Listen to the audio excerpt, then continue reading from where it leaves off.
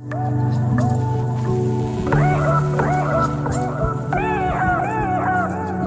do have a really strong, loud voice, so if I do get too loud, I'll step away.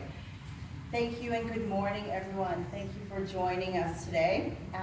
So, before I begin, I really want to acknowledge the fact that there are so many beautiful faces and strong, I can just sense that energy. So for someone in the room, or people in the room, who may feel that they are lonely, who feel like they don't belong, who feel like they're judged, who feel lost and don't have a place, I really want you to allow yourself to receive the message that is going to be brought to you today.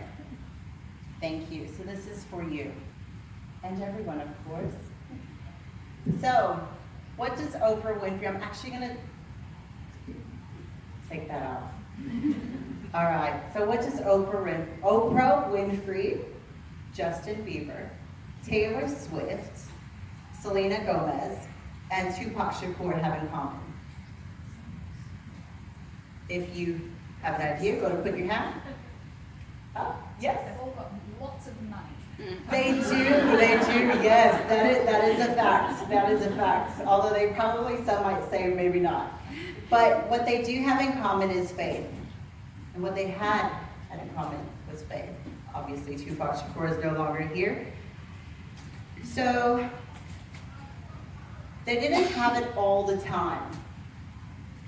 But when they got it and they received it, they ran with it. They trusted. What does faith mean?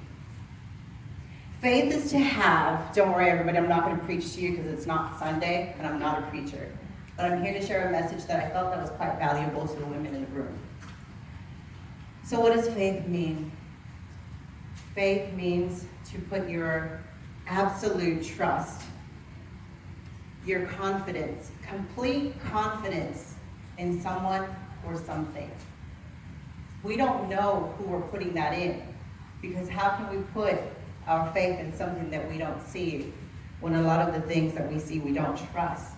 How can we put trust in God? So, I am a survivor of child sexual abuse. So it happened from the age of 5 till I was 17.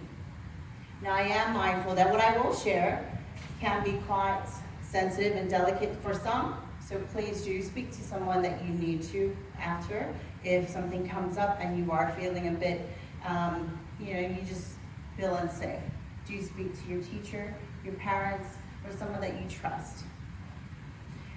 So from the age of 5 till I was 17, I was sexually abused in a home, in my home. Not by one, but by several.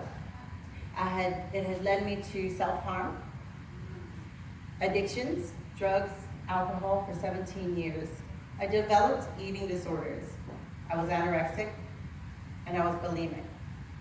It was my way of taking control in a world where I felt that I had no control, where I felt like there was total chaos. I was gang raped. I put myself into situations where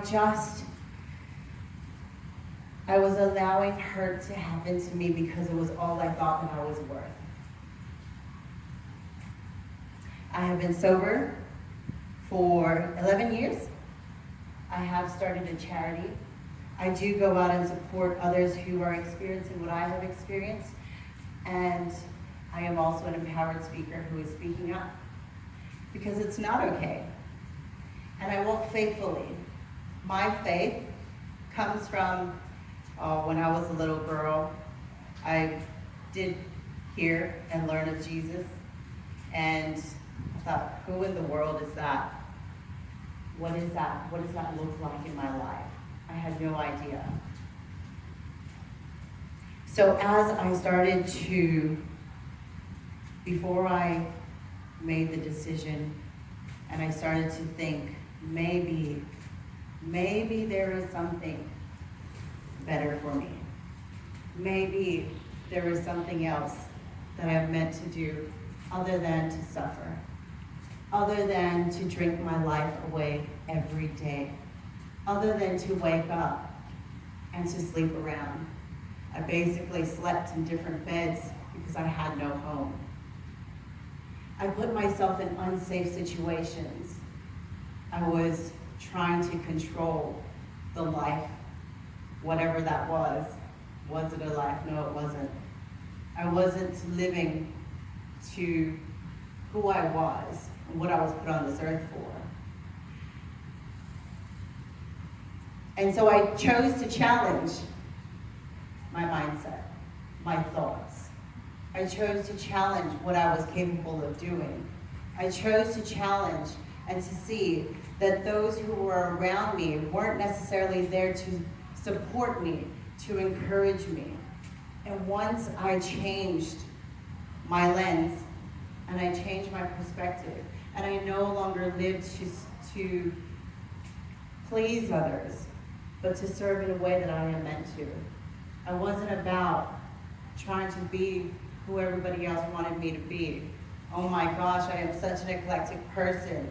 I was trying to put myself in a box and to fit in and to take on the labels and to be what society wanted me to be.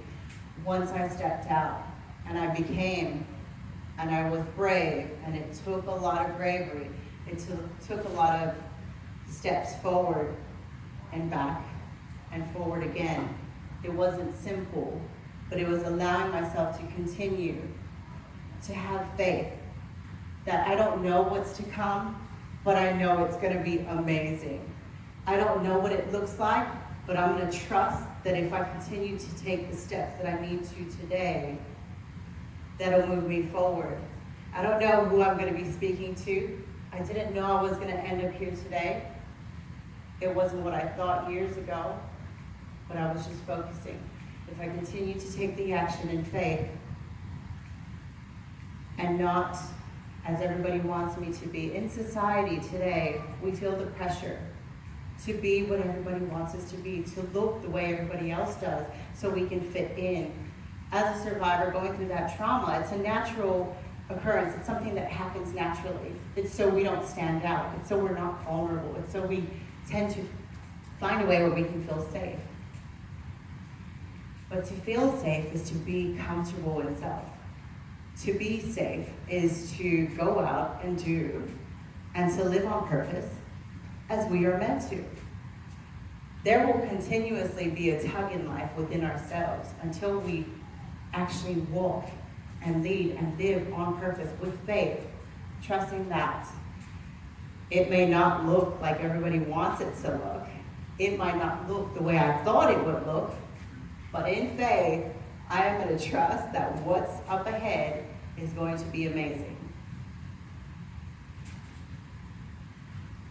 Who here feels pressure to be like someone else, or to fit in, or to do as everybody else is doing, so that we don't get picked on, so we don't feel vulnerable, so we don't feel rejected, feel ashamed? To stand out and be ourselves is the most amazing thing that we can do. Not just for ourselves, first and foremost for us, but for others. If we're going to lead and inspire others and to speak the truth and to live truthfully, we must be ourselves. So start to explore and ask yourself, who am I? What am I here for? What am I meant to say? What am I meant to do? Who am I meant to be with? It's in there. It's a voice that's speaking deep down inside your heart. We might try to shut it off. For so long I shut it off. And how was I going to go out and speak to others when one day I was sitting in a courtroom and I was just about to testify against my stepfather, when I was told I had to lie to my child protective services worker and tell her that I lied about the whole thing. I put myself back into harm for the sake of my brothers, because I didn't want them to suffer. So we genuinely have beautiful hearts and we want to serve others, but we have to stand up, we have to speak our truth. That day had impacted my life for so long that every time I spoke, I felt that I was a liar. I felt that what inside I knew was truth was a lie. It caused me doubt, it caused me shame, it caused me to be quiet. How can someone with a voice like this, who speaks the truth, be quiet? So I started to ask myself, why was I given this voice? I realistically can speak without a microphone and people can hear me. If God had blessed me with a voice like this, and with the power to be able to speak, and to be able to plant the seeds that you are meant to hear today, to make that change, to go out and be who you are meant to be, there's no doubt in faith. I may not know what he looks like, but I feel. Listen to your inner compass. Your inner compass is your heart. That is where you'll find where to go, what you are meant to do. And it's going to be scary. Yes, it will, absolutely. It's scary because you'll feel alone. You'll feel isolated. You won't feel like anybody else is walking and coming to the party with you. You're like, hey, come to the party. And no one's there. You're the only one celebrating. But that's okay, right? It's okay. Because eventually, the rewards of seeing others, being free to be able to live, to do, because of what you do, how amazing is that? So for those who have that little spark within yourself, listen to your inner compass. Your inner compass is your heart. That's where God speaks to you. If you don't know what faith is and if you don't know him, find him here. No matter what anybody says, you're going to get people who are going to tell you things that'll make you doubt yourself. Basically, take those words, throw it in the bin.